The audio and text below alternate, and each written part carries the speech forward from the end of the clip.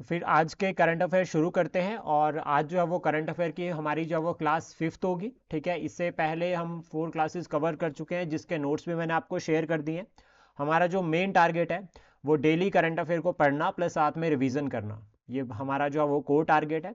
और सोर्सेज की अगर हम बात करें तो हम न्यूज़पेपर्स में द हिंदू और इंडियन एक्सप्रेस को फॉलो कर रहे हैं, यानी कि जितना भी द हिंदू और इंडियन एक्सप्रेस में मैंशनड है उसको हम कवर कर रहे हैं। प्लस साथ में गवर्नमेंट साइट्स में अगर हम बात करें पीआईबी, ऑल इंडिया रेडियो और साथ में योजना। अभी हाईकोर्ट के एग्जाम में हम सभी को पता है कि ऐसे भी लिखने के लिए आता है, तो उसके लिए हमें कंटेंट जो प्रिपेयर करना है ताकि कंटेंट हमारे माइंड में जाए, इसलिए हम यहाँ पर जो है वो हर टॉपिक को इन डेप्थ में पढ़ते हैं और ओवरऑल हम सभी टॉपिक्स के साथ जो है वो लिंक करते हैं। तो मैंने आपको काम दिया था सबसे पहले डेज के रिगार्डिंग कि दिसंबर के जितने भी इंपॉर्टेंट डेज है उन सभी को जो है वो लर्न करना है। तो शुरुआत करते हैं और मैं जल्दी जल्दी मतलब कोशिश करना जल्दी जल्दी आंसर करना, जिससे पूछता जाऊंगा जल्दी जल्दी आंसर करना। तो सबसे पहले मुझे बताओ कि फार्मर्स डे कब जो है वो ऑब्जर्व किया जाता है, Munish sir. Farmers day. Sir ये तो था, आया नहीं था सर इम्पोर्टेंट डेज में। फार्मर्स डे बहुत इंपॉर्टेंट रहता है, क्योंकि एक बार ऑलरेडी अलाइड के एग्जाम में नेशनल वुमेन फार्मर डे पूछा गया है। और फार्मर्स वैसे ही बहुत इंपॉर्टेंट रहते हैं, न्यूज़ में रहते हैं, तो ये पता होना चाहिए कि फार्मर्स डे किसी को पता है कब होता है फार्मर्स डे। सर 16 दिसंबर। 23 दिसंबर। सर किसान दिवस ही कोई नहीं बोला जाता है क्या? हाँ, किसान दिवस 23 दिसंबर। Okay sir. देन उसके बाद मुझे बताओ कि गुड गवर्नेंस डे कब होता है, नेहा मैम। सर तो नहीं, जिससे पूछूंगा वही आंसर करना, बाकी mike off. Neha ma'am, good governance day. 25 दिसंबर। 25 दिसंबर, ओके। ठीक है। और ये भार्गव आपसे है क्वेश्चन ये, minorities right day in India या international migrant day. International migrant day या फिर माइनॉरिटीज राइट्स इन इंडिया, ये डे कब ऑब्जर्व किया जाता है? दोनों एक ही दिन होते हैं। इसको याद करने की बहुत अच्छी ट्रिक भी है, बस दिसंबर याद करना पड़ेगा। 18 दिसंबर। सॉरी सर, पता नहीं। 18 दिसंबर याद रखना। 18th आज का। हाँ, 18 दिसंबर आज के दिन, ठीक है। देन उसके बाद ज्योति मैम आपसे है क्वेश्चन, आपको बताना है कि ह्यूमन राइट डे कब होता है। 10 दिसंबर सर। ओके। और सर आपसे क्वेश्चन है Munish sir, national energy conservation day. Sir 12 दिसंबर को, कि 11 या 12 को होता है शायद। किसी और को पता है? 14 दिसंबर। 14 दिसंबर, ठीक है। International civil aviation day, civil aviation day international level पे, अंकिता मैम। कोई भी तुक्का मार सकते हैं, यहाँ पे कोई नेगेटिव मार्किंग अभी नहीं है। इंटरनेशनल 9 दिसंबर। 7 दिसंबर। 9 दिसंबर को कौन सा डे होता है भार्गव? Anti corruption. हाँ, anti corruption day, international anti corruption day. Okay, 4 दिसंबर को कौन सा डे होता है? नेवी। हाँ, नेवी डे, ठीक है। और 12 दिसंबर को कौन सा डे होता है ज्योति मैम?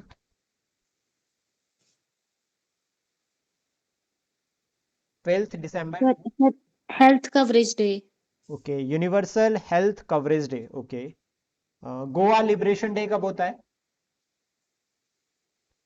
अंकिता मैम? 19 दिसंबर। ओके, 19 दिसंबर। National mathematics day Ankita ma'am. 22 20। National mathematics day 22 दिसंबर। तो डेज जो है वो आज के करंट अफेयर में मैंने आपको शेयर कर दी हैं, आप उसको एक बार चेक कर लेना, ठीक है। फिर आप मतलब मतलब जितने भी इंपॉर्टेंट डेज है वो सारे मैंने कवर किए हैं विद थीम्स, ठीक है। और हम एट द एंड लास्ट में देखेंगे भी अभी क्लास में ही। तो शुरू करते हैं आज के इंपॉर्टेंट करंट अफेयर। तो सबसे पहले हमने एक क्वेश्चन डिस्कस किया था, which of the following is और are exclusive power of the Lok Sabha. तो इसमें जो करेक्ट आंसर था वो था ऑप्शन बी। तो फर्स्ट टॉपिक की अगर हम बात करें तो वो लिंक करता है नेशनल एनर्जी कंजर्वेशन अवार्ड के साथ। ये जो अवार्ड्स की अगर हम बात करें, रिसेंटली जो है वो हमारे वाइस प्रेसिडेंट जो है उन्होंने जो है वो अवार्ड्स दिए, और इसमें अगर हम बात करें तो टोटल एप्लीकेशन जो है वो आपकी 752 थी। लेकिन इतनी एप्लीकेशंस हमें याद नहीं रखनी है, हमें याद रखना है कि इस साल जो है वो 23 फर्स्ट प्राइजेस थे और 19 सेकंड प्राइजेस थे और 25 जो है वो सर्टिफिकेट्स ऑफ मेरिट मिल रखे हैं and 4 certificates of recognition for innovation awards. अब जो हमारे को याद करना है सबसे पहले, तो पहला तो याद रखना है कि अवार्ड्स किसने दिए, वाइस प्रेसिडेंट ऑफ इंडिया ने दिए। कौन से आर्टिकल में मेंशन्ड है वाइस प्रेसिडेंट ऑफ इंडिया? कोई एक आर्टिकल बताओ जो वाइस प्रेसिडेंट ऑफ इंडिया से लिंक करता है। ज्योति मैम? सर 62 या 67 भी हो, दोनों है। कोई एक? 62 है सर, 67 में रिमूवल है। 67 में removal. 63. 63 there is office of vice president of India. Yes, sir. ठीक है, ओके। और वाइस प्रेसिडेंट जो है वो एक्स ऑफिसो चेयरमैन होते हैं राज्यसभा के। ठीक है, और Yes. अभी यहाँ पे याद रखना कि ये जो अवार्ड्स है इनको इनिशिएट किया था ब्यूरो ऑफ एनर्जी एफिशिएंसी ने, जो कि मिनिस्ट्री ऑफ पावर के अंडर आती है। जो हमें एग्जाम पॉइंट ऑफ व्यू से याद रखना है कि ये जो अवार्ड है मतलब इंस्टीट्यूटेड कब किए गए थे, 1991 में, पहला पॉइंट। और सेकंड पॉइंट हमें याद रखना है कि 14 दिसंबर को जो है वो नेशनल एनर्जी कंजर्वेशन डे होता है। तो जो नेशनल एनर्जी कंजर्वेशन डे है उस दिन ये अवार्ड जो है वो वाइस प्रेसिडेंट ऑफ इंडिया ने दिए। ठीक है, बेसिक सिर्फ इतना याद रखना है। अभी जो एक फैक्ट और हमें पढ़ना है वो है ब्यूरो ऑफ एनर्जी एफिशिएंसी। ये जो ब्यूरो ऑफ एनर्जी एफिशिएंसी है ये बनाई गई है 2002 में, 1 मार्च 2002 में ये बनाई गई थी under the provision of the energy conservation act 2001। तो ये इंपॉर्टेंट है, आपसे पूछा जा सकता है, स्पेशली जिस तरह से हाई कोर्ट में करंट अफेयर आते हैं या पुलिस पटवारी में करंट अफेयर आता है, डायरेक्ट ईयर पूछ लेते हैं कि कौन से ईयर में बन रखी है। तो ब्यूरो ऑफ एनर्जी जो आपका एजेंसी एनर्जी एफिशिएंसी है ये बन रखी है 2002 में। प्लस साथ में एक बात आपको कहना चाहूंगा कि आप नोट पेन, आप नोटबुक और अपने साथ लेकर बैठ चलना, मतलब लिखना, साथ साथ में पॉइंट्स नोट डाउन करते रहो, ताकि एक ना क्लास नोट्स आपके पास बन जाए और फिर क्विक रिवीजन आप कर सके। फिर आपको कंप्लीट नहीं पढ़ना पड़ेगा सारा, आप अपने जो मेन पॉइंटर्स है ना, वन लाइनर, उनको साथ साथ में लिख सकते हैं। तो एक याद रखना है आपका कि नेशनल एनर्जी कंजर्वेशन डे 14 दिसंबर को होता है। प्लस ध्यान से सुनना बिल्कुल, लास्ट में बीच में भी पूछ सकता हूँ, लास्ट में तो पूछूंगा ही पूछूंगा। तो ब्यूरो ऑफ एनर्जी एफिशिएंसी जो है वो आपकी 2002 में बन रखी है, और आपका एक नेशनल एनर्जी कंजर्वेशन डे होगा आपका 14 दिसंबर को। देन यहाँ पर जो इसका मेन ऑब्जेक्टिव है इस ऑर्गेनाइजेशन का, इस एनर्जी एफिशिएंसी का, कि जो आपका reducing the energy intensity of the Indian economy, मतलब जिस तरह से हम एनर्जी को यूटिलाइज करते हैं, हमें एनर्जी को वेस्ट नहीं करना है, स्पेशली इकोनॉमी के पॉइंट ऑफ व्यू से। नेक्स्ट उसके बाद जो टॉपिक है वो है किरिच स्ट्रीट के साथ। अभी क्या है यहाँ पर, ये इसलिए न्यूज़ में है क्योंकि एक रशियन ऑयल टैंकर जो है वो यहाँ पर मतलब फंस गया था, और फिर ऑयल स्पेल, उससे जो है वो जो ऑयल लेकर जा रहा था वो गिर गया सी में। तो इसकी वजह से यहाँ पर चैलेंजेस देखे गए। तो ये जो स्ट्रेट है ये ईस्टर्न यूरोप में है, यहाँ पर इस तरह से, यहाँ पर इस रीजन में जो है वो ये स्ट्रेट है, और ये एक ओनली वाटर बॉडी है जो कनेक्ट कर रही है ब्लैक सी और सी ऑफ अजोव को। अब देखो, ब्लैक सी तो ये हो गया आपका, और सी ऑफ अजोव हो गया यहाँ पे। अब ये टॉपिक हमारे लिए 2-3 जो है वो मैप पॉइंट ऑफ व्यू से क्वेश्चंस लेकर आता है। तो सबसे पहले तो ये आता है कि जो आपका सी ऑफ अजोव है और ब्लैक सी, इनको कनेक्ट कौन कर रहा है? आपका किरिच स्ट्रेट। सेकंड उसके बाद आता है पॉइंट कि ब्लैक सी में कौन कौन सी कंट्रीज बॉर्डर शेयर कर रही है। तो यहाँ पे अगर हम साउथ वाइड साइड बात करें तो टर्की, देन जॉर्जिया, रशिया जो हमें बेसिक याद रखना है, क्रीमिया, ओडिशा, और ये यूक्रेन, ठीक है, और फिर उसके बाद रोमानिया जो हमें बेसिक याद रखने हैं, ठीक है, और बुल्गारिया फिर, ठीक है, ये बेसिक जो हमें याद रखने हैं। टर्की जो है वो यहाँ पे इस तरह से लिंक कर जाता है, तो ये बहुत इंपॉर्टेंट रहेगा। सेकंड उसके बाद जो हमें कंसेप्ट पता होना चाहिए, पहला कि स्ट्रेट होती क्या है।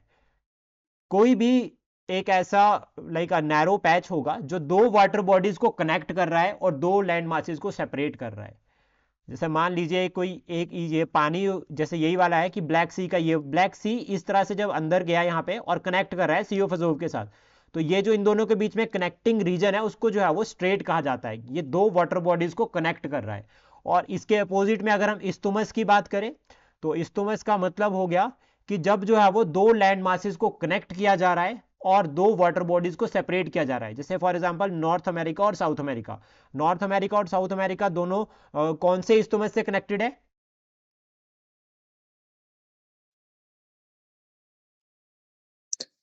Isthmus of Panama. Isthmus of Panama, ठीक है। तो ये बेसिक याद रखना।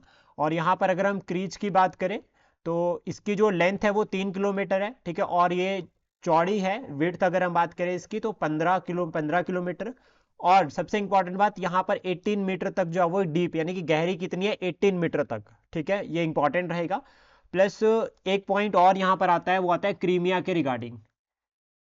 क्रीमिया वाला रीजन भी यहाँ पर जो है वो लिंक करता है। तो ब्लैक सी को याद रखना कि ब्लैक सी कौन कौन सी कंट्रीज का बॉर्डर शेयर कर रहा है। प्लस क्रीमिया को एनेक्स किया है रशिया ने। जो क्रीमिया का अगर हम यहाँ पे बात करें तो ऑलमोस्ट जैसा अभी यूक्रेन पर इन्वेजन हो देखा रशिया का, रशिया ने यूक्रेन पर अटैक किया, उससे पहले क्रीमिया को भी जो है वो रशिया ने अनेक्स कर रखा है 2014-15 में। तो ये रीजन भी जो है वो आपका जो है वो रशिया के कंट्रोल में आता है। देन उसके बाद नेक्स्ट अगर हम बात करें तो यह है जलवाहक स्कीम। जलवाहक स्कीम जो है वो रिसेंटली लॉन्च की मिनिस्ट्री ऑफ जल शक्ति ने।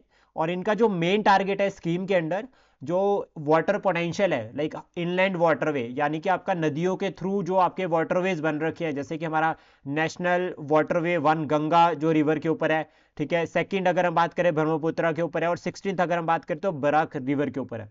तो ये इंपॉर्टेंट वाटरवेज है, ठीक है। मतलब पानी के थ्रू जैसे नेशनल हाईवेज होते हैं वैसे ही वाटरवेज होते हैं। मतलब आप एक रिवर के थ्रू, एक रिवर में जैसे मान लीजिए हमें कहीं जाना है तो सिटी टू सिटी, लाइक एक रिवर सिटी से दूसरी रिवर सिटी पर जाया जा सकता है थ्रू वाटर। तो इसको जो है वो आपका इनलैंड वाटरवे कहा जाता है। तो उसके रिगार्डिंग जो है वो सरकार ये स्कीम लेकर आई है ताकि जो अनलॉक पोटेंशियल है, ट्रेड पोटेंशियल है, उसको जो है वो प्रमोट किया जाए। काफी इंपॉर्टेंट रहेगा, हम इसको अपने मेंस में इंक्लूड कर सकते हैं with respect to government initiative in infrastructure. क्योंकि जो वाटर वेज के थ्रू अगर हम बात करें, वो इंफ्रास्ट्रक्चर जो है या उस पर जो ट्रांसपोर्टेशन है वो काफी सस्ता होता है एज कंपेयर टू रोड। और जो हमें याद रखना है यहाँ पर, inland waterway authority of India, इसको बनाया गया है 27 अक्टूबर 1986 में। और ये पूरा रेगुलेशन करती है of inland waterways for shipping and navigation. तो ये याद रखना कि इसका काम रेगुलेशन का होता है बिल्कुल। और इसका जो हेड ऑफिस है वो नोएडा में है। तो ये भी पूछा जा सकता है कि हेड ऑफिस कहाँ पर है, तो याद रखना नोएडा। और एस्टेब्लिशिंग ईयर क्या है, 1986। तो इससे पहले हमने बात की थी अभी ब्यूरो ऑफ एनर्जी एफिशिएंसी, वो कौन से ईयर में बनी है? 2002. 2002। Good, nice. तो ऐसे जल्दी जल्दी आंसर करोगे तो मतलब मजा आता है, ठीक है। और हमने बात की थी नेशनल एनर्जी कंजर्वेशन डे के बारे में, वो कब होता है? 14 दिसंबर 14 दिसंबर. ठीक है। नेक्स्ट टॉपिक जो है वो है आईएनएस निर्देशक। आईएनएस निर्देशक जो है वो अभी रिसेंटली कमीशन, आज ही कमीशन हुआ ये, ठीक है। 18 दिसंबर को कमीशन हो गया। कहाँ पे? विशाखापट्टनम में। विशाखापट्टनम कहाँ पे है? कौन सी स्टेट में विशाखापट्टनम? ओडिशा. हाँ, शाबाश शाबाश, उड़ीसा है ना। कहाँ पे है विशाखापट्टनम? आंध्र प्रदेश, ठीक है। तो ये जो आईएनएस निर्देशक है ये सेकंड शिप है under the survey vessel. Large की यहाँ पे बात की जा रही है, प्रोजेक्ट जो सर्वे वेसल प्रोजेक्ट था लार्ज, उसमें ये जो है वो बनाई गई थी शिप। और इंडियन नेवी में जो है वो शिप अभी कमीशन हो गई है रिसेंटली। और यहाँ पर ये कहा जा रहा है कि इसको प्रमोट कर, मतलब जो शिप बनी है इसमें 80% इंडिजीनियस कंटेंट लगा बना हुआ है, मतलब इसका मटेरियल जो है वो 80% इंडिजीनियस है। और ये प्रमोट करता है कंसेप्ट को आत्मनिर्भर भारत, ठीक है। और आईएनएस निर्देशक अभी नेवी में गई, इससे पहले भी एक आईएनएस निर्देशक थी जिसने जो है वो 32 साल जो है वो सर्विस दी थी। उसके बाद डीकमीशन इसको किया गया था 19 दिसंबर 2014 में, इसको डीकमीशन कर दिया था। देन उसके बाद अभी नई जो है वो कमीशन हो गई आईएनएस निर्देशक। इंपॉर्टेंट रहेगा, एग्जाम पॉइंट ऑफ व्यू से पूछ सकते हैं कि आईएनएस निर्देशक है क्या। तो याद रखना ये सर्वे वेसल है। इसका मेन काम होगा जो मैरीटाइम ऑपरेशंस है उनको सपोर्ट करना, और साथ में कैसे सपोर्ट करेगा, नेविगेशन के थ्रू, यानी कि हाइड्रो जियोग्राफिक सर्वेज कंडक्ट करेगा। बेसिक काम इसका क्या होगा, तो ये सर्वे वेसल है। इस तरह से क्वेश्चन बन सकता है। और इसको पाथ फाइंडर भी कहा गया है, मीनिंग इसका मतलब पाथ फाइंडर। और पाथ फाइंडर आई थिंक शायद डिक्शनरी भी लिंक करती है। तो मतलब क्या है, डायरेक्शन प्रोवाइड करता है, रास्ता क्लियर है कि नहीं है ये सब बताएगा। देन उसके बाद नेक्स्ट है, ये हमारे प्राइम मिनिस्टर जो हैं मोदी जी, उन्होंने जो है वो 11 रेजोल्यूशन रखे हैं। स्पेशल सेशन हुए अभी पार्लियामेंट के, जिसमें जो है वो 2 डे डिबेट हो रखी थी लोकसभा में, और इसमें उन्होंने जो है वो ग्लोरियस जर्नी जो हमारी है 75 ईयर की, उसके रिगार्डिंग 11 पॉइंट बता रखे हैं। अभी ये 11 पॉइंट मतलब 11 प्लेजेस है एक तरह से for the future of India, हमारा फ्यूचर कैसा होगा उसके रिगार्डिंग इन्होंने बता रखा है। और ये पॉइंट हमें याद रखने हैं, ये हम अपने आंसर में, अपने ऐसे में हर जगह इंक्लूड कर सकते हैं। अब आपको क्या, देखो मैं ये इसलिए करंट अफेयर इन डेप्थ पढ़ाता हूँ, बताता हूँ, क्योंकि ना हमें लॉ ऑफ कनेक्टिविटी सीखना है। कनेक्टिविटी इन द सेंस कि जैसे मान लो हमें क्वेश्चन आ गया with respect to social welfare, अब सोशल वेलफेयर में सिटीजन ड्यूटीज इंपॉर्टेंट हो जाता है, तो हम ना वहां पे रेफरेंस डाल देंगे कि हमारे जो प्राइम मिनिस्टर है उन्होंने जो 11 रेजोल्यूशन दिए हैं उसमें से एक आता है सिटीजन ड्यूटी, और सिटीजन ड्यूटी जो है वो सोशल वेलफेयर के लिए बहुत ज्यादा इंपॉर्टेंट है। हमें खुद से भी जो है वो सोशल वेलफेयर को प्रमोट करना चाहिए, सरकार ही कब तक करेगी। और फिर इसका सबसे बड़ा एग्जाम्पल आता है स्वच्छ भारत अभियान। अब सरकार ने तो स्वच्छ भारत अभियान भी चलाया, स्वच्छ भारत अभियान प्लस भी चलाया, लेकिन एट द एंड ड्यूटी तो हमारी बनती है कि हमें जो है वो ओपन डेफिकेशन को अवॉइड करना है। तो इस तरह से हम इसको लिंक कर सकते हैं अपने आंसर के साथ, अपने एसे में भी हम ये पॉइंट डाल सकते हैं। तो 11 प्लेजेस की अगर हम बात करें तो बेसिक सबसे पहले तो याद रखना 26 नवंबर 1949 में हमारे संविधान को अडॉप्ट किया गया था, ठीक है। और जो इम्प्लीमेंटेशन है वो हमारी 26 जनवरी 1950 की है, क्योंकि 26 जनवरी 1950 को 26 जनवरी जो है वो हमारे लिए पूर्ण स्वराज दिवस के रूप में जो है वो हम सेलिब्रेट करते थे 1930 से, इसलिए इस डे को जो है वो काफी इंपॉर्टेंट माना गया है। प्लस एक पॉइंट और याद रखना, यहाँ पर साथ में लिंक करके बता देता हूँ, 26 नवंबर 1949 तक, 49 मतलब 26 नवंबर को हम नेशनल लॉ डे भी बोलते हैं। और एक पॉइंट और यहाँ पे कि यहाँ इस टाइम हमारा संविधान बन चुका था, लेकिन 26 और हम एक इंडिपेंडेंट कंट्री थे, लेकिन जब हमने 26 जनवरी को हमारा संविधान लागू किया तो उस केस में हम जो है वो रिपब्लिक बने, तो उस टाइम से भारत जो है वो रिपब्लिक बनता है। ये बेसिक डिफरेंस आता है 26 नवंबर और 26 जनवरी के बीच में। तो प्राइम मिनिस्टर ने जो यहाँ पर 11 रेजोल्यूशंस दिए हैं, 11 प्लेजेस दिए हैं फॉर इंडियाज फ्यूचर, तो उसमें पहला आता है citizens duty. Every individual and the government must adhere to their duties to uphold nations progress, कि अगर हमें एक विकसित भारत बनाना है तो उसके लिए सभी को अपनी ड्यूटी को फॉलो करना पड़ेगा, चाहे वो सरकार हो चाहे वो इंडिविजुअल हो कोई। उसके बाद इंक्लूसिव डेवलपमेंट को यहाँ पर कहा जा रहा है, इंक्लूसिव मतलब सब कुछ इंक्लूड हो रहा है यहाँ पर, इंक्लूसिव में सबका साथ सबका विकास। अभी एक पॉइंट समझना ध्यान से, भार्गव आप अपना माइक बीच में ऑफ भी रख सकते हैं, ठीक है, थोड़ा फिर मतलब फ्लो टूट जाता है कई बार। इंक्लूसिव डेवलपमेंट में आपको एक पॉइंट याद रखना है, दैट इज सबका साथ सबका विकास। ये तो हो गया सिंपल, ठीक है।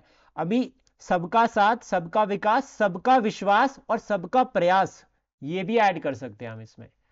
2 पॉइंट और हो गए, सबका साथ सबका विकास, सबका प्रयास, ठीक है। तो ये आगे लिंक कर जाते हैं, सबका साथ सबका विकास काफी इंपॉर्टेंट है, सबका विश्वास और सबका प्रयास, विश्वास और प्रयास भी आप इसमें ऐड कर सकते हैं। और ये प्राइम मिनिस्टर जी ने मन की बात में कहा है। उसके बाद zero tolerance for corruption, corruption को बिल्कुल नहीं सहेंगे, ऐसा जो है वो प्राइम मिनिस्टर जी ने कहा। देन उसका pride in laws and tradition, कि जो हमारे ट्रेडिशंस है हमें उस पर ट्रस्ट रखना पड़ेगा और साथ में उनको प्रमोट भी करना पड़ेगा। लॉ सिस्टम यानी कि जो हमारा लॉ एंड ऑर्डर है उसमें भी हमें जो है वो विश्वास रखना पड़ेगा। और जब हम ऐसा लिखते हैं कि pride in law and tradition, तो इसके रिगार्डिंग हम ये कह सकते हैं कि जैसे मान लीजिए हम देखते हैं अभी ऑनर किलिंग, या हम देखते हैं इंस्टेंट जस्टिस, आजकल चल रखा है ना वो ट्रेंड की गोली मार दो सीधा, या किसी की गाड़ी पलट जाती है, क्रिमिनल कोई गाड़ी पलट गई कुछ ऐसा, तो वो एक तरह से जुडिशियल सिस्टम है उसको अवॉइड करना। तो हमें जो है वो एक प्रॉपर जुडिशरी वाली प्रोसेस को फॉलो करके चलना है, ठीक है। यहाँ पर कहा गया है opposition to religion based quotas, यानी कि गवर्नमेंट ने, मोदी जी ने यहाँ पे क्लियरली अफ्रेम किया है कमिटमेंट टू एग्जिस्टिंग रिजर्वेशन। उन्होंने कहा कि रिजर्वेशन रहेगी, but call for resistance against introducing religion based Kota's, के रिलीजन बेस्ड कोटाज के अगेंस्ट, मतलब वो वैसा नहीं होगा। अभी रिजर्वेशन का मतलब सिर्फ सिंपल ये रहेगा कि जो है वो हमें इक्वालिटी के कंसेप्ट को प्रमोट करना है, ताकि इक्वालिटी अंडर इक्वल सर्कमस्टांसेस हम बनाकर चले, जो कि हमारे आर्टिकल 14 में मेंशन है।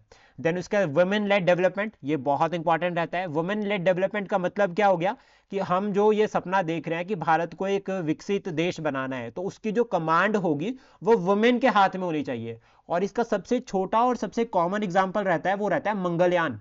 मंगलयान को लीड जो है वो वुमेन्स ने किया था, तो आप उसको यहाँ पर इंक्लूड कर सकते हैं। Regional growth for national development, regional growth for national development, देखो इसका क्या मतलब हो गया, सिंपल समझो कि भारत विकसित बन जाएगा नो डाउट, लेकिन बनेगा कैसे, जब रीजनल ग्रोथ होगी। हमें भारत, पूरे भारत को विकसित बनाना है, हर रीजन को। तो मतलब क्या है कि हर रीजन को विकसित बना दो, भारत तो अपने आप ही विकसित हो जाएगा। रिस्पेक्ट फॉर द कॉन्स्टिट्यूशन, हमें अपने संविधान के लिए जो है वो आदर रिस्पेक्ट रखना है, मिसयूज को अवॉइड करना है, ऐसा उन्होंने कहा। प्लस साथ में यहाँ पर डायनेस्टिक जो हमारी पॉलिटिक्स है, प्लस जो मेरिटोक्रेसी, ये इंपॉर्टेंट आ रहा है कि मेरिट बेस्ड सिस्टम चल रहा है ना, जिसमें लाइक नेपोटिज्म हो गया, इन सभी को अवॉइड करना है, मेरिट बेस्ड गवर्नेंस नहीं होगी, ठीक है, ये सभी को इन्होंने कहा। दैट मीन्स यहाँ से क्लियर होता है ये कि हमें एक ट्रांसपेरेंट गवर्नमेंट सिस्टम जो है वो चलाना है। अभी एक तो ये टर्म हो गए यहाँ पे मेरिटोक्रेसी। सेकेंड टर्म यहाँ पर आपको याद रखनी है, इलेक्टेड डिक्टेटरशिप। क्या होती है elected dictatorship Bhargav? Sir North Korea में जैसे है। वो तो प्रेसिडेंट है ना वहां पे, मतलब परमानेंट किंग है वो तो वहां का। इलेक्टेड डिक्टेटरशिप,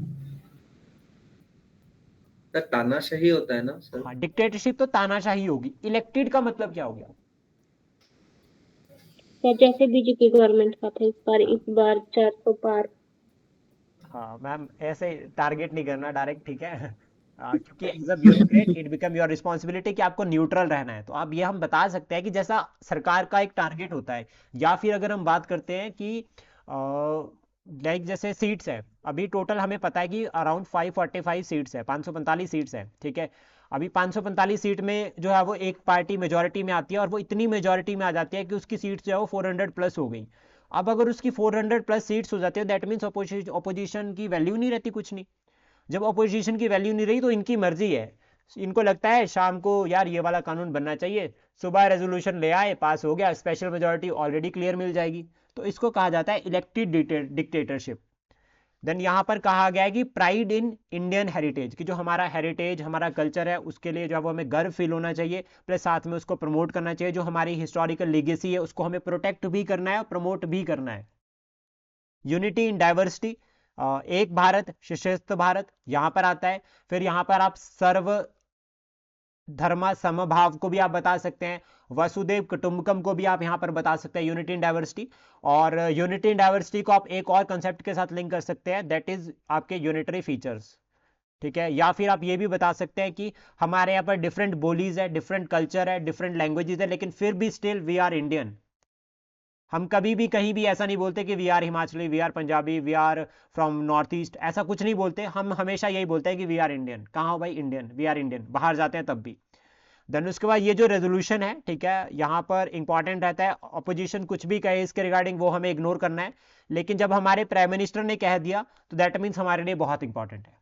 तो इसमें जो है वो आपका गवर्नेंस प्रमोट हो रहा है, ठीक है, यहाँ पर जो है वो आपका ट्रांसपेरेंसी एंड अकाउंटेबिलिटी रह रही है, प्लस एक जो थीम रहती है कॉन्स्टिट्यूशनलिज्म, उसको भी यहाँ पर जो है वो प्रमोट किया जा रहा है। तो इस तरह से इस टॉपिक को कवर किया जाता है। आई होप आपको क्लियर हुआ होगा, सभी को ये समझ आ गया। नेक्स्ट जो टॉपिक है वो ग्लोबलाइजेशन से रिलेटेड है। और अगर आप एसए के पॉइंट ऑफ व्यू से देखते हो, ठीक है, लाइक फॉर एग्जांपल अगर आपको हाई कोर्ट में या फिर कोई और एग्जाम है, उसमें अगर आपको ग्लोबलाइजेशन पर जो है वो एसए लिखने के लिए आ गया, तो जितने पॉइंट्स हम आज डिस्कस करेंगे उसके बिहाफ पे आप वो एसए लिख सकते हो। तो आपको ये काम है, ठीक है, रिगार्डिंग मेंस की भी हमने कहा है कि हम साथ के साथ में तैयारी करेंगे।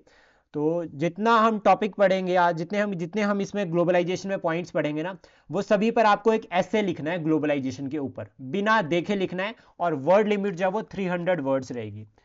और जब हम 300 वर्ड्स की बात करते हैं तो आपको A4 शीट की दोनों साइड एक बार, मतलब एक दोनों साइड हो गया, 2 पेजेस हो गए, और जो थर्ड पेज होगा उसको आपको आधा यूज करना है, यानी कि ऑलमोस्ट 2.5 पेज में जो है वो आपको लिखना है 300 वर्ड्स में ग्लोबलाइजेशन के ऊपर टॉपिक। तो सबसे पहले रिसेंट अगर हम इशू की बात करें, देखो आप सिंपली ऐसे भी इंट्रोड्यूस कर सकते हैं कि रिसेंटली क्या हुआ है। रिसेंटली जियोपॉलिटिकल शिफ्ट देखे जा रहे हैं, जैसे कि रशिया यूक्रेन वॉर रखी है, मिडल ईस्ट में जो कन्फ्लिक्ट लग रखे हैं, या फिर चाइना और वेस्ट के बीच में जो चैलेंजेस चल रहे हैं, जैसा कि अभी यूएस के जो प्रेसिडेंट है इलेक्टेड, उन्होंने कहा कि 100% टैरिफ लगाएंगे ब्रिक्स मेंबर के ऊपर अगर वो डॉलर को अवॉइड करेंगे। पहला पॉइंट। सेकेंड पॉइंट, अगर हम बात करें, उससे पहले भी उन्होंने एक बार कहा था कि अगर ये 3 कंट्रीज मैक्सिको, ठीक है, फिर और कनाडा, देन उसका चाइना, अगर ये तीनों कंट्रीज जो है आपकी क्या करती है, अगर ये जो है वो डंपिंग करती है, ठीक है, प्रॉपर जो है वो इंप्लीमेंटेशन मतलब डंप कर रही है यूएस में प्रोडक्ट, तो यहां पर जो है वो 25% जो है वो टैरिफ लगाएगा, ऐसा जो है वो यूएस प्रेसिडेंट ने कहा, और ये वो कर भी देंगे क्योंकि वो जो बोलते हैं वो कर लेते हैं।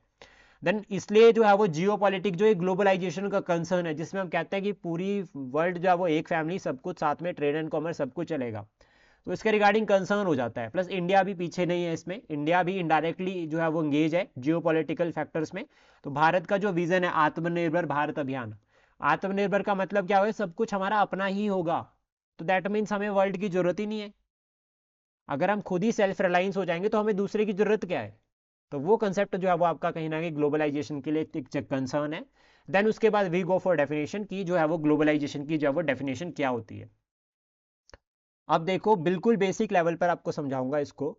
जब आप डेफिनेशन लिखोगे, लिखनी अपनी डेफिनेशन है, लेकिन आपको रेफरेंस डाल देना according to World Bank, according to IMF, जो है वो ग्लोबलाइजेशन की डेफिनेशन होती क्या है। तो globalisation is the growing interconnectedness of countries through exchange of goods, services, technology and ideas, जिसमें आपका कम्युनिकेशन, ट्रांसपोर्ट, ट्रेड, लिबरलाइजेशन होती है। अब देखो कैसे, मान लीजिए कोई गुड्स एंड सर्विसेज है, भारत ने वो बनाई, देन भारत को ये लगा कि यार इसे जो है वो वर्ल्ड वाइड बेचा जा सकता है। अब वो जो वर्ल्ड वाइड उसको बेचना है सामान को, ठीक है, उसका एक्सपोर्ट करना है, वो जो है वो आपका ग्लोबलाइजेशन का पार्ट बनता है। जब हम ये कहते हैं कि यार आपके पास ये प्रोडक्ट है और मेरे को इसकी ज़रूरत है, मेरे पास ये प्रोडक्ट है, आपको इसकी ज़रूरत है, तो जब ये कनेक्शन जो है वो वर्ल्ड वाइड चलता है, जब ये कम्युनिकेशन वर्ल्ड वाइड चलती है, तो उसको कहा जाता है ग्लोबलाइजेशन।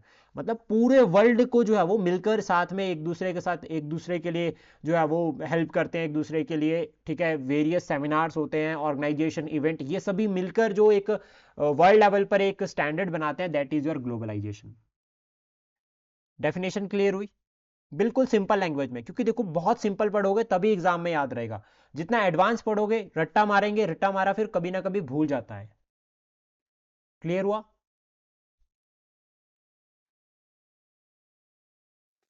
सर डेफिनेशन एक बार और बता दो।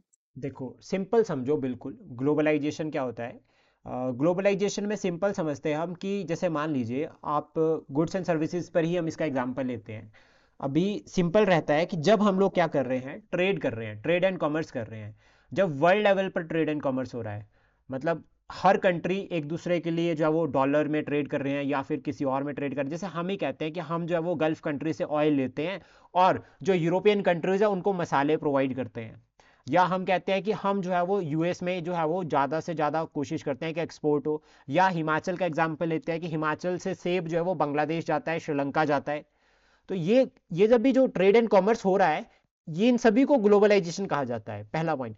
सेकंड, उसके बाद वेरियस आपके इंस्टीट्यूशंस हो गए, लाइक आपका यूनाइटेड नेशंस हो गया, या फिर अगर हम बात करें वर्ल्ड बैंक हो गया, IMF हो गया, ये सभी में क्या है, पूरे के पूरे वर्ल्ड मेंबर्स हैं। ये इंस्टीट्यूशंस तभी है ना जब मेंबर्स इसमें है। अगर मेंबर्स ही नहीं होंगे तो कोई वर्ल्ड बैंक नहीं होगा, कोई यूनाइटेड नेशंस नहीं होगा। अगर सब अपना अपना ही सोचेंगे तो यूनाइटेड नेशंस नहीं होगा। तो जब सब मिलकर एक दूसरे के लिए सोच रहे हैं, जब सब मिलकर जो है वो वर्ल्ड के लिए सोच रहे हैं, तो उसको कहा जाता है ग्लोबलाइजेशन। आपने कोई प्रोडक्ट बनाया, फिर आपने उसको सेल दूसरी कंट्री में कर दिया, फिर दूसरी से तीसरी कंट्री, फोर्थ कंट्री, तो वो एक फैक्टर जब बनता है, वो चेन जब बनती है, कम्युनिकेशन एक बनता है, तो उसको कहा जाता है ग्लोबलाइजेशन। मतलब कि अब कोई प्रोडक्ट है वो सिर्फ आप तक लिमिटेड नहीं है, आपकी स्टेट या आपकी डिस्ट्रिक्ट या आपकी कंट्री तक लिमिटेड नहीं है, वो वर्ल्ड वाइड चल रहा है। क्लियर? यस। देन उसके बाद ग्लोबलाइजेशन किस तरह से इवॉल्व हुई, तो देखो सबसे पहले हम अर्ली फेज पे चलते हैं, मतलब पहले प्राचीन समय में, एंशियंट टाइम में, तो सिल्क रूट होते थे यहाँ पे, मतलब व्यापार होता था, इंडियन ओशन से व्यापार हो रहा है। जैसे हमारे यहाँ पर स्पाइसेस थे और हमें गोल्ड की जरूरत थी, तो गोल्ड भारत में आता था, स्पाइसेस जो है वो भारत से यूरोप में जाते थे। तो ये जो ट्रेड रूट था, जो ये ट्रेड सिस्टम था, इसमें इसके थ्रू जब वो ग्लोबलाइजेशन यानी कि कंसेप्ट जुड़ते हैं, ग्लोबलाइजेशन प्रमोट होता है। सेकंड, उसके बाद यहाँ पर कंसेप्ट आता है जो हमें याद रखना है, वो है कि cultural and religious exchange. Cultural and religious का मतलब, जैसे बुद्धिज्म भारत में ओरिजिनेट हुआ, देन उसका स्प्रेड वर्ल्ड वाइड। क्रिश्चियनिटी अगर हम बात करें, यूरोप से जो है वो आपका हम भारत में भी आया, तो ये भी कंसेप्ट हो गया। इस्लाम की अगर हम बात करें, तो इस्लामिक नेशन जो सेंट्रल एशियन रीजन है, या आपके जो वेस्ट एशिया, यहाँ से ओरिजिनेट होकर आज वर्ल्ड वाइड है। आज हम ईस्ट में भी देखते हैं तो बांग्लादेश है, ठीक है। और बुद्धिज्म के पॉइंट ऑफ व्यू से अगर हम बात करें तो जापान तक है, इवन लाइक आपका चाइना में बुद्धिज्म है, आपकी जो आसियान कंट्रीज है वहां पर आपका बुद्धिज्म है। तो ये सभी भी जो है वो मतलब एक तरह से इवोल्यूशन, जो ग्लोबलाइजेशन के इवोल्यूशन में जो है वो हेल्प करते हैं। फिर उसके बाद एक थर्ड पॉइंट और आता है, जिसमें ग्लोबलाइजेशन का इसको आप एक नेगेटिव पॉइंट भी समझ सकते हैं। जैसे सबसे पहले कॉलोनाइजेशन एंड इंडस्ट्रियलाइजेशन। कॉलोनाइजेशन मतलब यूरोपियन जो पावर्स थी, जब वो राइज कर गई, वो स्ट्रांग हो गई, तो उन्होंने स्प्रेड करना शुरू कर दिया, उन्होंने दूसरी टेरिटरीज को एनेक्स करना शुरू कर दिया। जब उन्होंने एनेक्स करना शुरू कर दिया, तो इससे ग्लोबलाइजेशन तो प्रमोट हुई, लेकिन ग्लोबलाइजेशन के लिए एक चैलेंज भी आ गया। चैलेंज क्या आ गया? जैसे मान लो यूके ने भारत को जो है वो एक तरह से कॉलोनी बनाकर रखा था अपनी, ठीक है, ऑलमोस्ट भारत के ऊपर रूल किया। तो वो ये हमें ये कभी नहीं कहते थे कि भारत अलग है, वो कहते थे कि भारत जो है वो यूरोप का पार्ट है, भारत जो है वो यूके का पार्ट है, और यूके पे रूल हो रहा है। तो इससे ग्लोबलाइजेशन यूके के थ्रू जो है वो रूल हो रहा है। अभी क्या है, तो इससे जो है वो इफेक्ट पड़ता है, इससे क्या है, ग्लोबलाइजेशन जो है वो रुकेगी। क्यों? क्योंकि अभी अगर यूके में कोई प्रोडक्ट बना, तो वो सबसे पहले कहाँ आएगा? कॉलोनी में आएगा, और कॉलोनी तो उसकी ही है। तो ग्लोबलाइजेशन पर कंसर्न जो आप बता सकते हैं, एक चैलेंज, वो कॉलोनिज्म का बता सकते हैं। इंडस्ट्रियल रेवोल्यूशन से प्रमोट हुआ है।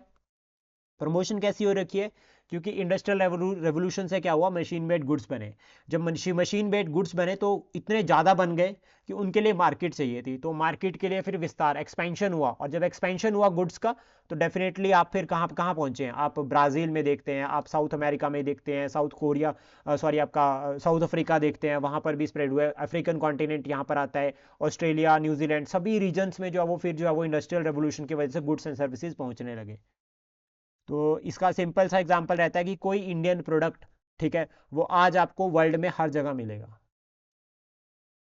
कोई भी एक इंडियन प्रोडक्ट उठा के देख लो, तो आपको हर जगह पर जो है वो मिलेगा। इवन लाइक अगर हम बात करें चाइनीज, तो चाइनीज प्रोडक्ट्स भी आपको हर जगह मिलते हैं। अब हमारे यहाँ पर भी मिल रहे हैं, आपका जो है वो एशियन कंट्रीज है वहाँ पर भी मिल जाएंगे, आपका जो है वो यूएस में भी मिल रहे हैं। तो ये सभी किसका पार्ट होते हैं? ग्लोबलाइजेशन का पार्ट होते हैं। देन उसके बाद यहाँ पर इंपॉर्टेंट आता है, ठीक है, कि ग्लोबलाइजेशन फिर पोस्ट वॉर इरा में किस तरह से बनी। मतलब पोस्ट वॉर लाइक आपके जो वर्ल्ड वॉर 1 और वर्ल्ड वॉर 2 है, तो इसके बाद इंस्टीट्यूशंस बने आपका, जैसे मॉनेटरी, आपका इंटरनेशनल मॉनेटरी फंड हो गया, वर्ल्ड बैंक हो गया, वर्ल्ड ट्रेड ऑर्गेनाइजेशन हो गया। जब ये ऑर्गेनाइजेशंस बनी, तो इन्होंने प्रमोट किया ग्लोबलाइजेशन को। इन्होंने क्या किया? पूरे वर्ल्ड को इकट्ठा किया। इन्होंने कहा कि यार आप प्रोडक्ट बेचो, लेकिन आप प्रोडक्ट बेचने के लिए रूल्स एंड रेगुलेशन भी बनाओ, ताकि ऐसा ना हो कि जो आपकी डोमेस्टिक जो इकोनॉमी है उसके ऊपर असर पड़े। तो यहाँ पर ये पॉइंट आता है। प्लस सेकंड यहाँ पर आता है डीकोलोनाइजेशन, जो आपका 1945 के बाद डीकोलोनाइजेशन शुरू हुई। और डीकोलोनाइजेशन का सबसे बड़ा एग्जांपल आता है इंडिया, ठीक है, एक एग्जांपल इंडिया आ गया, क्योंकि इंडिया भी आजाद हो गया, तो that means decolonisation he process हुआ वो। अभी यहाँ पर फिर जब इंडिया आजाद हो गया, कोल्ड वॉर लग गई उसके बाद बिटवीन यूएसएसआर एंड यूएसए। तो फिर हम देखते हैं नाम, non aligned movement. Non aligned movement का मतलब क्या हो गया? एक न्यूट्रल ग्रुप। अब ये भी तो एक ग्लोबलाइजेशन ही होगी, मतलब एक ग्रुप बन गया, इन्होंने कहा कि हम किसी को सपोर्ट ही नहीं करेंगे। तो आइडियाज के फ्लो से, जिस तरह से आइडियाज एक्सचेंज होते हैं, कल्चर हो गया, रिलीजन हो गया, इनसे भी ग्लोबलाइजेशन प्रमोट होती है। और अगर हम मॉडर्न ग्लोबलाइजेशन की बात करें कि मॉडर्न टर्म में कैसा होता है, तो टेक्नोलॉजी, जैसे ई कॉमर्स, ई कनेक्टिविटी, सोशल मीडिया। आज अगर हम बात करें इंस्टाग्राम, फेसबुक के थ्रू कहीं पर भी वर्ल्ड पे किसी भी कॉर्नर पे बात कर सकते हैं, तो ये भी ग्लोबलाइजेशन का ही एक एग्जांपल है, ठीक है। Emergence of MNCs, multi national corporations like Apple, Google, Toyota. तो ये सभी क्या है? एक तरह से ग्लोबलाइजेशन का ही है। आज अगर हम कहते हैं एप्पल में हम काम करते हैं, घर से बैठे वर्क फ्रॉम होम हो रहा है एप्पल में, तो वो भी ग्लोबलाइजेशन का ही एक पार्ट है कि वी कनेक्टेड विद ग्लोबलाइजेशन। अगर ऐसा नहीं होता तो कहाँ एप्पल आता भारत में? तो ये सब लिंक करता है आपका जो है वो ग्लोबलाइजेशन के साथ। फिर financial, global financial flow. Financial flow का मतलब क्या होगा? जैसे कि देखो क्रॉस बॉर्डर आपकी ट्रेड हो रही है, ट्रेड एंड इन्वेस्टमेंट। हम एफडीआई की बात करते हैं कि यूएस की ये कंपनी भारत में इन्वेस्ट कर रही है। अभी हमने पिछले कल ही पढ़ा था कि जो आपका एडीबी है, कौन से ईयर में बना है एडीबी? एशियन डेवलपमेंट बैंक कौन से ईयर में बना है? 66 में 1966। गुड। कितने मेंबर्स है एडीबी में? 68 68। नाइस। अच्छा, इंडिया का शेयर कितना है? 6.3%. 6.3%। और सबसे ज्यादा शेयर किसका है? USA and China. Japan. US and Japan, not China, Japan. ठीक है, चाइना सेकंड नंबर पर है। ठीक है, गुड, अच्छा लगा। और इसका हेडक्वार्टर कहाँ पर है? एडीबी का हेडक्वार्टर? मनीला। हाँ जी, मनीला। मनीला। ठीक है, तो थैंक यू, बड़ा मजा आ रहा है, ऐसे ऐसे आंसर आने चाहिए। अभी तो ये रहता है कि आपकी जैसे ग्लोबल फाइनेंशियल फ्लो, जो पैसा इधर से उधर चल रहा है, तो वो भी ग्लोबलाइजेशन का ही पार्ट है। एक छोटा सा एग्जांपल हम इसका यूपीआई लेते हैं। यूपीआई की फुल फॉर्म क्या होती है? यूपीआई। Unified payment interface. ठीक है, यूनिफाइड पेमेंट इंटरफेस। भीम की फुल फॉर्म क्या होती है? BHIM, भीम। साथ में ही कर लेते हैं इसको, यूपीआई और भीम दोनों आपस में लिंक करते हैं तो याद रह जाएगी, नोट कर लेना फिर इसको। ठीक है, क्या होती है भीम की full form? Bharat interface for money. Bharat interface for money जो है वो भीम की फुल फॉर्म होती है। तो यूपीआई, यूनिफाइड पेमेंट इंटरफेस, दोनों याद रखना, पूछा जा सकता है क्वेश्चन। तो जो आपकी करेंसी, यूपीआई भी देखते हैं आज नेपाल में, यूएई में। ठीक है, काफ़ी कंट्रीज में यूपीआई के थ्रू पेमेंट हो जाती है अब। तो आप ये एग्जांपल बता सकते हैं, भारत का इनिशिएटिव है। फिर उसके बाद जैसे चैलेंजेस हमने देखे थे, लाइक 2008 के फाइनेंशियल क्राइसिस आए थे, या कोविड-19 पैंडेमिक, पूरा वर्ल्ड एक साथ हो गया था, सारा का सारा वर्ल्ड। कोई वैक्सीन हेल्प कर रहा है, कोई मेडिसिन प्रोवाइड कर रहा है, कोई पीपीटी जो किट्स थी वो प्रोवाइड कर रहा है, मेडिकल किट। ठीक है, कहीं पर पैरासीटामोल पहुंच रही है, भारत कुछ सपोर्ट कर रहा है। भारत ने जो है वो ऑपरेशन कौन सा लॉन्च किया था जब हम बाहर से लोगों को लेकर आए थे? कोविड-19 के टाइम पे कौन सा ऑपरेशन लॉन्च किया था भारत ने? जल्दी बताओ, जल्दी।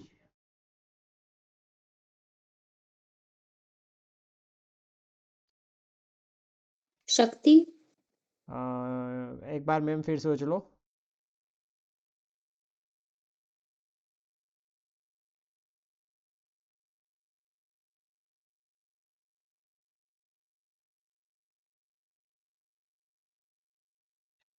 याद करो जल्दी, ऑपरेशन ये आपका शुरू कौन सा किया था?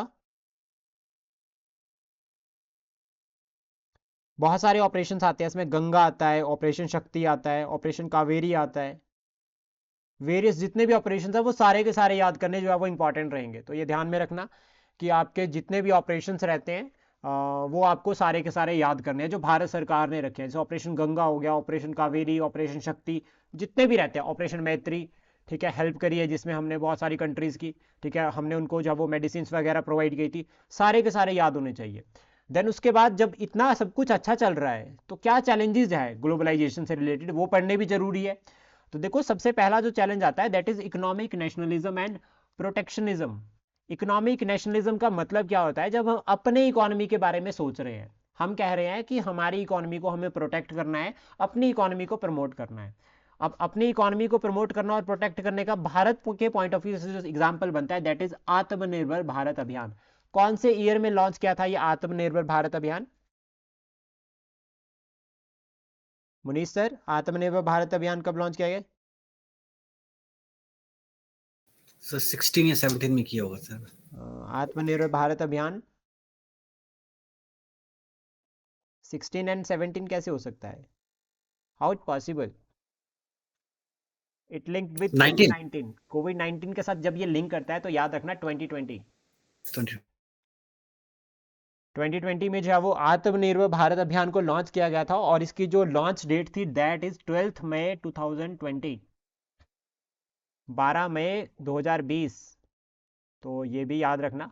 और आत्मनिर्भर भारत अभियान का मतलब क्या हो गया? एक तरह से सेल्फ रिलायंस, मतलब हमारे पास सब कुछ अपना होना चाहिए।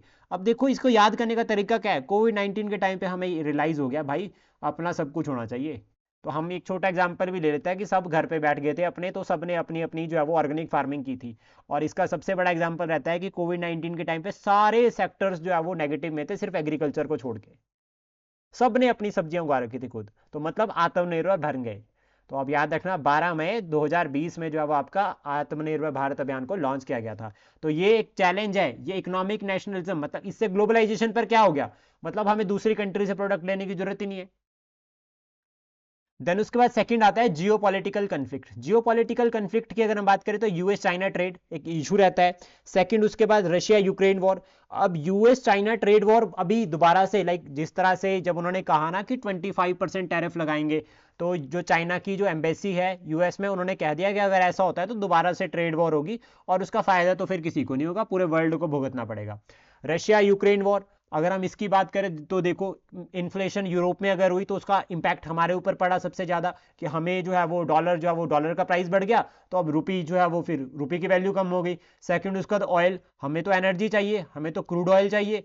अब जब क्रूड ऑयल हमें चाहिए तो चाहे वो कितना ही महंगा हो जाए हमें खरीदना ही पड़ेगा, तो ये कंसर्न हमारे लिए रहता है। उसके बाद इकोनॉमिक इनक्वालिटीज आती है। इकोनॉमिक इनक्वालिटीज कैसी, डेवलप्ड कंट्रीज और डेवलपिंग कंट्रीज में विद रिस्पेक्ट टू मार्केट। अभी डेवलप्ड कंट्री है उसको तो कोई असर नहीं पड़ेगा, ठीक है, रिगार्डिंग इन्फ्लेशन या कुछ भी क्राइसिस हो रहे हैं, क्योंकि वो तो डेवलप्ड है। लेकिन जो डेवलपिंग है उनके ऊपर इसका असर पड़ता है। अब असर कैसे पड़ता है, जैसे मान लीजिए अभी अगर हम देखते हैं, छोटा सा एग्जांपल बताता हूं आपको, जैसे कभी किसी टाइम में 60 रुपीज पेट्रोल हुआ करता था लीटर, अभी कितना पहुंच गया, ऑलमोस्ट 100। तो अब इसका इंपैक्ट किसके ऊपर पड़ा, डेवलपिंग कंट्रीज पे। डेवलप्ड कंट्रीज पर तो कोई इफेक्ट नहीं पड़ रहा है। और इससे क्या होता है कि वेल्थ किसके पास चली गई, जो तेल बेच रहा है उसके पास, तो वो अमीर हो गया। और मैक्सिमम तेल बेचने वाले कौन है, गल्फ कंट्रीज, और गल्फ कंट्रीज का पैसा बहुत है। अब जब उनके पास पैसा बहुत है तो वो क्या करते हैं, हम उनसे तेल खरीद रहे हैं, हमारा पैसा उनके पास जा रहा है, फिर वो पैसा वो दो जगह लगाते हैं। अगर तो अच्छी कंट्री है तो वो इन्वेस्टमेंट कर रहे हैं, और अगर हमारे साथ अच्छे हैं तो हमारे पास ही इन्वेस्ट कर रहे हैं। कैसे, एफडीआई देखते हैं तो गल्फ कंट्री से भारत में आती है। लेकिन अगर कंट्री में कहीं ना कहीं चैलेंजेस है, मिलिट्री रूल है या टेररिज्म है, तो फिर वहां से टेररिस्ट आते हैं, तो वहां ब्लैक मनी का कंसर्न आ जाता है। फिर वहां पर हम देखते हैं क्राइसिस चल रहे हैं, वहां हम देखते हैं कि लोग आपस में ही लड़ रहे हैं, तो ये भी लिंक करता है। तो ये भी एक जो है वो चैलेंज रहता है। और ये किसके साथ लिंक कर गया, सिर्फ एक इकोनॉमिक नेशनलिज्म के साथ, या फिर जो आपकी इकोनॉमिक इनक्वालिटीज होती है। देन उसके बाद चैलेंजेस में और अगर हम बात करें तो इकोनॉमिक डिस्पैरिटीज, यानी कि इकोनॉमिक डिस्पैरिटीज का मतलब वही कि रिच नेशन जो है वो और रिच हो जाएंगे। और ये होता भी है, जब इन्फ्लेशन होती है, जब महंगाई होती है, तो अमीर और अमीर हो जाता है, गरीब और गरीब हो जाता है।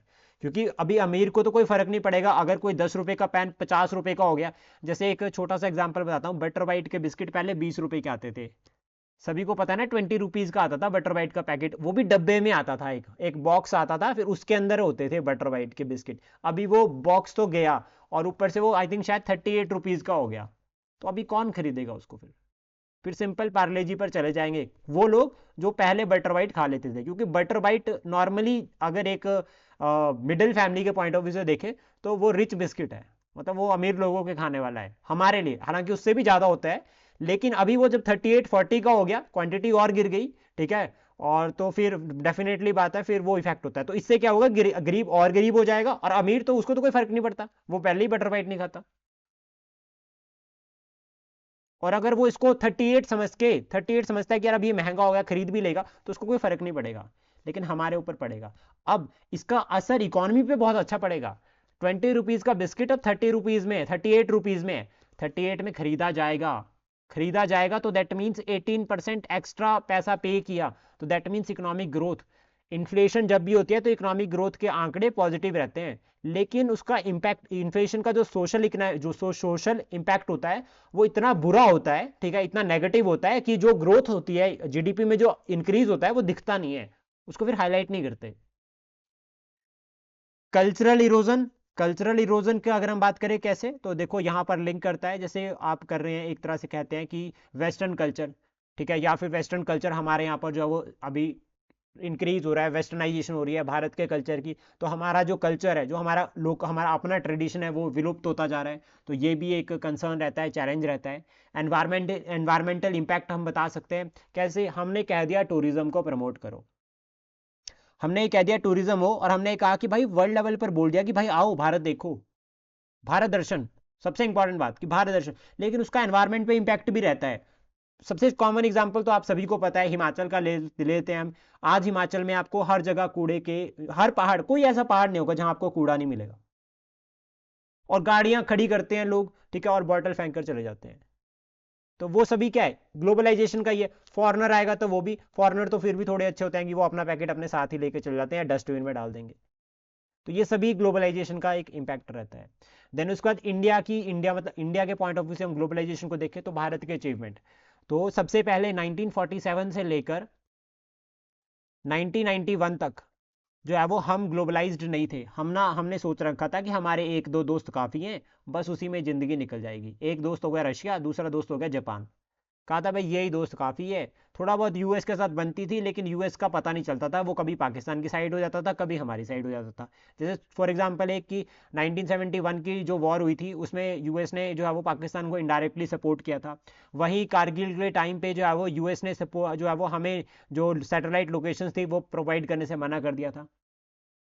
और जब हमने न्यूक्लियर टेस्ट किया तो यूएस ने हमारे ऊपर सैंक्शंस लगाई थी। तो हमारे पास क्या था, यूएस एक ऐसा दोस्त था हमारा जिसका पता नहीं था वो हमारे फेवर में है या नहीं है। लेकिन हमारा एक पक्का दोस्त था, दैट इज रशिया। 1971 में हमने रशिया के साथ दोस्ती करी, और रशिया ने हमें ये कहा कि आप टेंशन मत लो, आई एम विद यू। ये रशिया ने हमें तब कहा जब हम इन्वॉल्व थे, तब हमें पता था कि अगर कोई हमें सपोर्ट नहीं करा तो रशिया तो करेगा ही करेगा। तो 1947 से लेकर 1991 तक का जो फेज है इसको हिंदू ग्रोथ रेट कहा जाता है। टर्म याद करना, है तो बहुत हायर लेवल की टर्म, लेकिन अगर किस्मत बुरी हो तो आ भी सकती है। तो इसको कहा गया है Hindu growth period, Hindu growth rate period, Hindu growth rate. अभी 1947 से लेकर 1991 तक हम क्यों जो है वो एक तरह से इन्वॉल्व थे, तो इसलिए क्योंकि हम जो है वो 100-200 साल का जो है वो कॉलोनियल रूल को फेस कर चुके थे। और अब वो कॉलोनियल रूल भी एक कंपनी की फॉर्म में आया था भारत में, और कंपनी की फॉर्म में भारत आने का मतलब ग्लोबलाइजेशन। तो मतलब सीधा यही है ना कि एक कंपनी दूसरी कंट्री में जा रही है तो वो ग्लोबलाइजेशन ही हुई। तो हमें ये पता था कि अगर फिर से कोई कंपनी आ गई, फिर से कोई फॉरेन इन्वेस्टमेंट आ गई, तो जो भारतीय अभी आज़ाद हुए हैं ये फिर कंपनी रूल के गुलाम हो जाएंगे। और इसका रिसेंट एग्जांपल एमएनसी है। आज अगर हमारा यूथ ना एमएनसी का गुलाम है, और अभी रिसेंटली सुसाइड भी किया था एक लड़के ने। क्या करना है इतने बड़े बड़े पैकेजेस का कि हमारे पास खुद के लिए टाइम नहीं है, हम उनके गुलाम हो गए, उनके अकॉर्डिंग चल रहे हैं। वो बोल रहे हैं आपको रात की शिफ्ट में काम करना है, रात के में करो, डे में करना ही पड़ रहा है।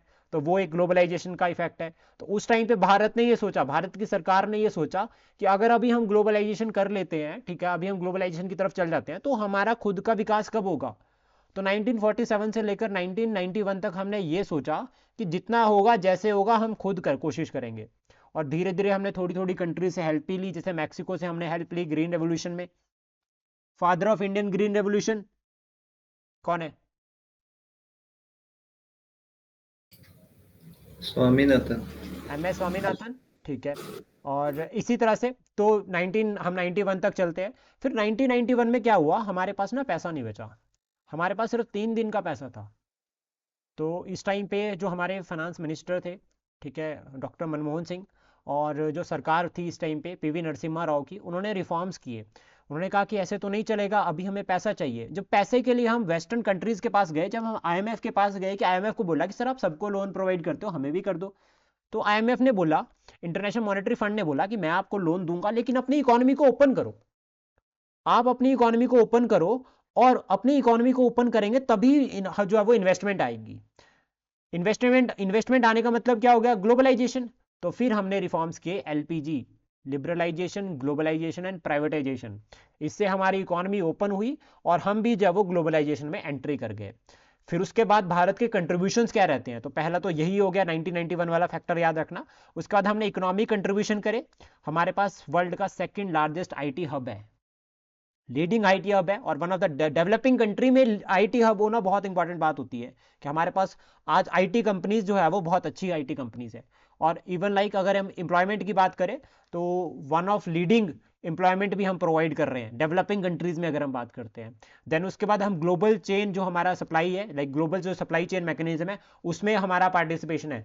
फार्मास्यूटिकल्स लेवल पर अगर हम बात करें, जो हमारे फार्मा प्रोडक्ट्स है जैसे मेडिसिन वगैरह हो गए या टेक्सटाइल हो गया, इसमें हम लीड कर रहे हैं। और आज भारत अगर आप देखते हो तो रैंक 1 रैंक 2 पे चल रहा है हर जगह, हर प्रोडक्शन में, मैक्सिमम प्रोडक्शंस में। तो ये सभी हमारे कंट्रीब्यूशन है ग्लोबलाइजेशन में।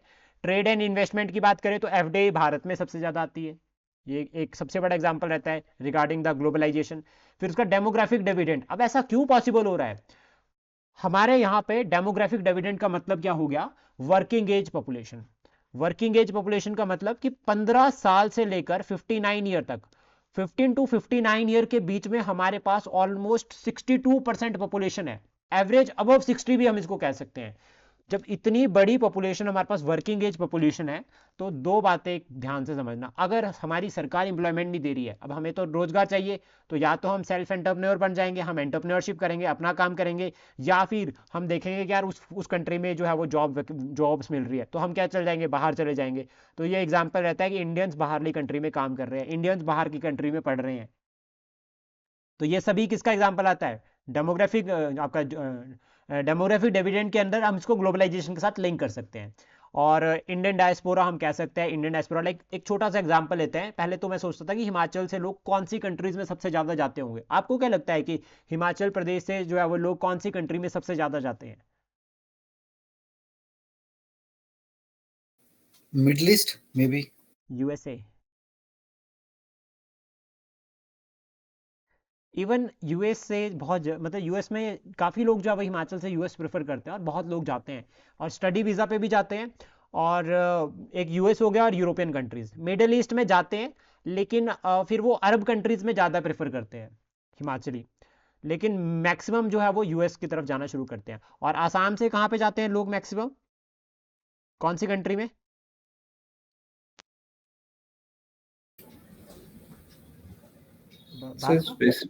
जी सर स्पेसिफिक तो नहीं पता सर, दुबई वगैरह। हाँ, मतलब इनका जो इंटरेस्ट होता है वो आसियान नेशंस की तरफ ज़्यादा होता है। और हमारे जो साउथ इंडियंस हैं, साउथ इंडियंस आपको ज़्यादातर देखने को मिलेंगे, या तो आपको मिलेंगे आपका जो आपका ये अपना साउथ ईस्ट एशिया, या फिर आपको ये जापान में देखने को मिलेंगे, या फिर यूएस में।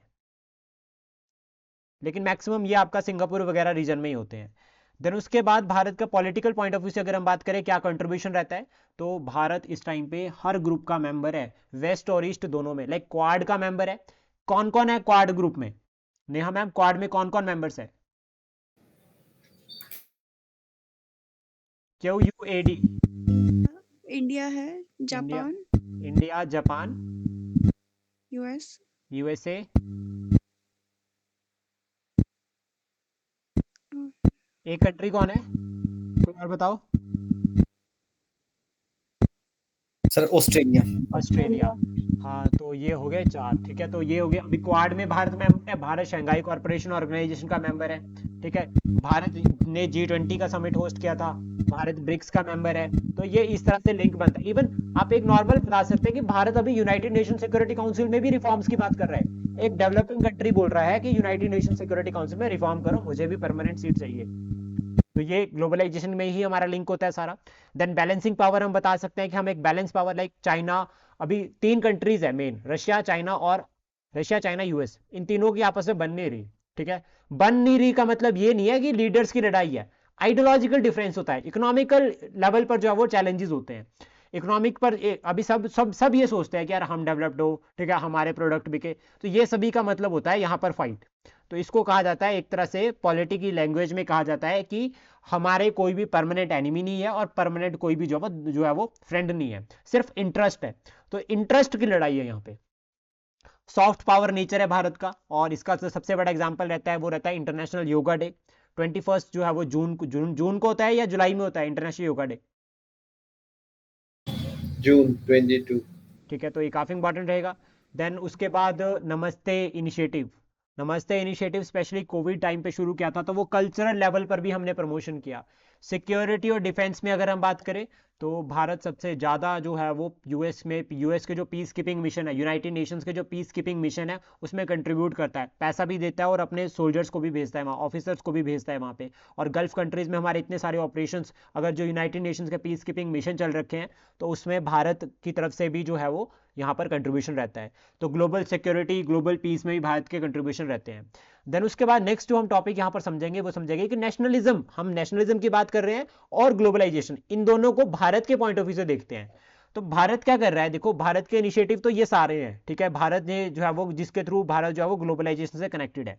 अभी यहाँ पे हम बात करेंगे कि नेशनलिज्म कैसे लिंक कर रहा है, हम अपने प्रोडक्ट, हम कह रहे हैं कि आत्मनिर्भर, उस कंसेप्ट को हम यहाँ पर जो है वो लिंक करेंगे। अभी देखो पहला आता है यहाँ पे promote indigenous product and culture globally. अब देखो कैसे लिंक करना है, हमने कहा नेशनलिज्म, हमें इकोनॉमिक नेशनलिज्म को भी प्रमोट करना है और ग्लोबलाइजेशन में बैलेंस भी लेकर चलना है। तो कैसे, हमने कहा one district one product, vocal for local, ये हमारे जो है वो इनिशिएटिव्स हो गए जो आत्मनिर्भर भारत के अंडर है। लेकिन अब हमें क्या करना है, आत्मनिर्भर भारत को बैलेंस्ड बनाना है, हम बैलेंस्ड बनाएंगे इसको। देखो कैसे बनाएंगे, हमने कहा वन डिस्ट्रिक्ट वन प्रोडक्ट, एक डिस्ट्रिक्ट में प्रोडक्ट बना, अब वो प्रोडक्ट बहुत फेमस हो गया, वो इतना फेमस हो गया कि वर्ल्ड में भी उसकी डिमांड हो गई, तो दैट मीन्स ग्लोबलाइजेशन हो गई। तो हमने ये कहा कि हमें आत्मनिर्भर बनना है, हमें वर्ल्ड के साथ कनेक्ट करना है, ग्लोबलाइजेशन का पार्ट बनना है, लेकिन इंपोर्ट कम करेंगे, एक्सपोर्ट ज्यादा करेंगे। Lead in renewable energy, renewable energy इसका सबसे बड़ा एग्जांपल रहता है। भारत ने कहा कि ठीक है, हम अभी एनर्जी हमारी सबसे बड़ी रिक्वायरमेंट है, नो डाउट, और हमें क्रूड ऑयल चाहिए, क्रूड ऑयल के लिए हम डिपेंड है। लेकिन जहां पर हम बात करते हैं रिन्यूएबल एनर्जी की, तो हमें रिन्यूएबल एनर्जी में अभी सभी के लिए जरूरी है रिन्यूएबल एनर्जी भी, तो भारत ने शुरू किया इंटरनेशनल सोलर अलायंस। फिर हमने कहा कि ट्रॉपिक ऑफ कैंसर और कैप्रिकॉर्न के बीच में जितनी भी कंट्रीज है वो इसका मेंबर बन सकती है। प्लस हमने साथ में ये भी कह दिया कि जो बाहर की है वो भी बन सकती है। तो ये कंसेप्ट आता है ग्लोबलाइजेशन का, और हमने कह दिया हम भारत के कंसेप्ट को भी यहां पर प्रमोट कर रहे हैं। फिर उसके बाद टेक्नोलॉजी फॉर ट्रेड, जैसे ब्लॉकचेन हो गया, फिनटेक हो गया, डिजिटल टूल्स हो गया, ये सभी के रिगार्डिंग भी जो वो हम लिंक करते हैं। और इसमें हमारा फोकस रहता है कि हम ट्रांसपेरेंसी रखें, एफिशिएंसी रखें और एक सस्टेनेबल डेवलपमेंट को प्रमोट करें। फिर उसके बाद यहाँ पर एमर्जिंग मार्केट की अगर हम बात करें, जैसे कि आपका आसियान कंट्रीज हो गई, या फिर अगर हम बात करें आपका जो वेस्टर्न अफ्रीकन कंट्रीज हो गई, अभी यहाँ पर क्या है कि ये डेवलपिंग कंट्रीज है, ये ग्रो कर रही है, तो यहाँ पर भारत इनको सपोर्ट कर रहा है, ठीक है, भारत यहाँ पर पैसा भी दे रहा है, भारत यहाँ पे इन्वेस्टमेंट भी कर रहा है, भारत यहाँ पे प्रोजेक्ट भी चला रहा है। जैसे लेबनान की अगर हम बात करें तो लेबनान में कितने सारे प्रोजेक्ट चल रहे हैं भारत के, और यूके सबसे बड़ा एग्जाम्पल है। यूनाइटेड किंगडम यानी कि यूके में आज के टाइम पे अगर हम बात करें तो 5000 कंपनीज, 5000 जॉब्स दे रहा है यूके में भारत, मतलब भारत की कंपनीज यूके में जो है वो एम्प्लॉयमेंट प्रोवाइड कर रही है लोगों को। तो ये जो है वो ग्लोबलाइजेशन का एग्जांपल है और साथ में भारत के राइज का भी एग्जांपल है। फिर उसके बाद हमें कंक्लूड भी करना है इसको, तो हमें बताना है कि ग्लोबलाइजेशन क्या है, एक इवॉल्विंग डिमांडिंग अडेप्टिव स्ट्रेटेजी है, जो कि हमारे रिसेंट चैलेंजेस जो अभी हम देख रहे हैं, क्लाइमेट चेंज हो गया या टेररिज्म हो गया या फिर आपका साइबर क्राइम्स हो गया, अब ये एक कंट्री से तो नहीं सॉल्व हो सकते, क्योंकि साइबर क्राइम अगर एक कंट्री में हो रहा है और उसको ऑपरेट दूसरी कंट्री से किया जा रहा है, तो दैट मीन्स दूसरी कंट्री के साथ बातचीत करनी पड़ेगी, और दूसरी कंट्री के साथ बातचीत करना मतलब ग्लोबलाइजेशन। तो इसका मतलब क्या होगा, तो उन्होंने कहा कि अगर हमें ऐसे जो रिसेंट चैलेंजेस है उनको एड्रेस करने के लिए हमें ग्लोबलाइजेशन को जो है वो एक तरह से प्रमोट करना चाहिए, और इसमें जो हमारा पोटेंशियल है हमें उसको जो है वो टॉप लेवल पर लेकर जाना है, ताकि हम सेल्फ रिलायंस भी रहें और हम ये भी कहें कि हम जो है वो ग्लोबलाइजेशन का पार्ट भी हैं। तो दोनों के बीच में बैलेंस बनाकर आप इसको फाइनली कंक्लूड कर सकते हैं। और देखो पूरे जितना भी ये टॉपिक था, इसमें कहीं भी जो है वो आपका क्लाइमेट चेंज या क्लाइमेट, ध्यान से देखना, क्लाइमेट चेंज के बारे में कहीं मेंशन नहीं था, ठीक है, एनवायरनमेंट का फैक्टर था लेकिन क्लाइमेट चेंज नहीं था, टेररिज्म का कहीं नहीं था, ठीक है, साइबर क्राइम्स का कहीं नहीं था। लेकिन जब हम कंक्लूजन बनाएंगे तो हमें उसको वहां पर ऐड करना पड़ेगा। क्यों? क्योंकि टेररिज्म हो गया, आपका साइबर क्राइम्स हो गए, या आपके डिजिटल फ्रॉड्स हो गए, या फिर अगर हम बात करें इलीगल एक्टिविटीज ड्रग्स वाली हो गई, जो क्रॉस बॉर्डर आपका जो इंसर्जेंट एक्टिविटीज होती है, ये सभी ग्लोबल इश्यूज है और इनके लिए ग्लोबलाइजेशन का होना बहुत जरूरी है। तो हम इस तरह से कंक्लूड कर सकते हैं। देन उसके बाद यहाँ पे 2 क्वेश्चंस भी हैं, ये यूपीएससी 2015 और 16 से लिंक करते हैं, प्रीवियस ईयर क्वेश्चंस हैं, अगर आप चाहें तो उनको लिख सकते हैं। नेक्स्ट उसके बाद अगर हम बात करें टॉपिक, तो वो है 16th कॉन्फ्रेंस ऑफ पार्टीज। और मुझे बता देना क्लास ऑफ कब करनी है, 1 घंटा हो गया है ऑलमोस्ट। कंटिन्यू करना है?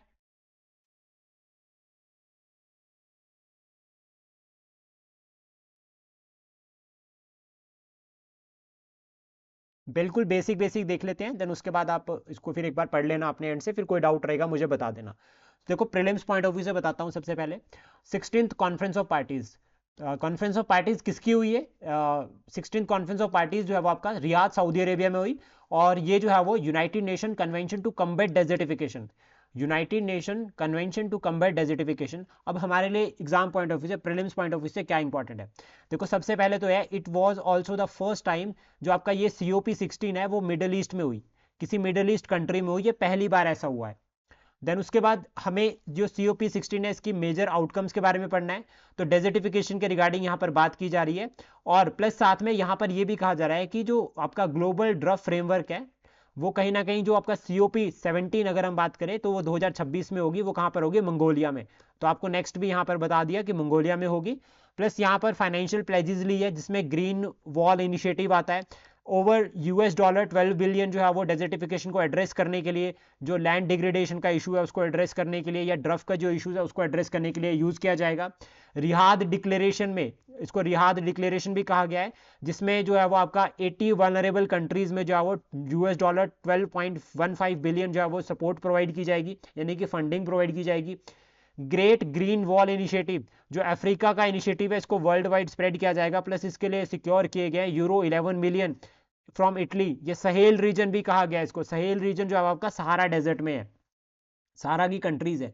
देन उसके बाद यहाँ पर अगर हम बात करें जो हमें एग्जाम पॉइंट ऑफ व्यू से याद रखना है, पहला पॉइंट दैट इज आपका United Nation convention to combat desertification.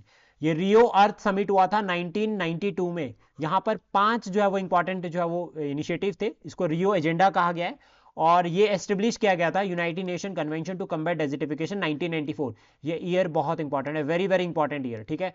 उसके बाद यहाँ पर जो मेन टारगेट है इस इनिशिएटिव का वो है लैंड डिग्रेडेशन और ड्रफ को एड्रेस करना, इंपॉर्टेंट। इसमें जो है आपका 197 पार्टीज है। प्लस पॉइंट, ये लीगली बाइंडिंग फ्रेमवर्क है, मतलब जो इसने कह दिया वो फाइनल बाइंडिंग होगा, and it is only legally binding international agreement to combat desertification, यानी कि डेजर्टिफिकेशन के रिगार्डिंग जो लड़ाई लड़ी जा रही है उसमें लीगली बाइंडिंग अकेला प्रिंसिपल है, और इसका जो मेन अकेला ऑर्गेनाइजेशन है, इसका जो मेन प्रिंसिपल है वो है आपका पार्टिसिपेशन, पार्टिसिपेशन और डिसेंट्रलाइजेशन, इसका जो है वो मेन टारगेट है। तो की पॉइंट जो हमें याद रखने हैं 1994 में बन रखा है, 16th जो है वो आपका रियाद में हुआ UAE, और उसके बाद हमें याद रखना है कि ये इसमें जो है वो 197 मेंबर्स है, और ये लीगली बाइंडिंग जो है वो फ्रेमवर्क है, ये काफ़ी इंपॉर्टेंट रहेगा। देन उसके बाद हम यहाँ पर मेजर इनिशिएटिव आप पढ़ सकते हैं ऑलमोस्ट, अगर आपको कोई डाउट लगता है तो हम इसको फिर डिस्कस कर लेंगे। देन उसके बाद नेक्स्ट अगर हम टॉपिक की बात करें वो है वर्ल्ड चेस चैंपियन, और इस बार रिकॉर्ड बनाए, यंगेस्ट अभी वर्ल्ड चेस चैंपियन बन गए हैं, और ये डी गुकेश है। ये कौन सी स्टेट से बिलोंग करते हैं भारत की? तमिलनाडु। तमिलनाडु। और youngest ever world chess champion बने हैं ये 18 ईयर के, और इससे पहले विश्वनाथ आनंद भी जो है वो बन चुके हैं। और मैग्नस कार्लसन की अगर हम बात करें तो ये जो है वो आपके मतलब सबसे पहले विश्वनाथ आनंद की बात करते हैं, तो विश्वनाथ आनंद जो है वो 2000 से लेकर 2002, देन उसके बाद मैग्नस कार्लसन बने थे 2007 से लेकर 2013, और उसके बाद यहाँ पर 13 में जो है वो फाइनली 13 तक ये बने थे।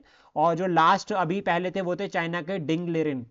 और जिस तरह से इन्होंने डी गुकेश ने जो गेस्चर दिया डिंग इसको, चाइना के जो प्लेयर थे इनको डिंग लेरिन को, ये 2023 में वर्ल्ड जो है वो चेस चैंपियन बने थे। और सबसे पॉइंट इंपॉर्टेंट जो मतलब जो गेस्चर दिया उससे भारतीय संस्कृति, जो भारतीय आइडल्स है वो भी प्रमोट होते हैं।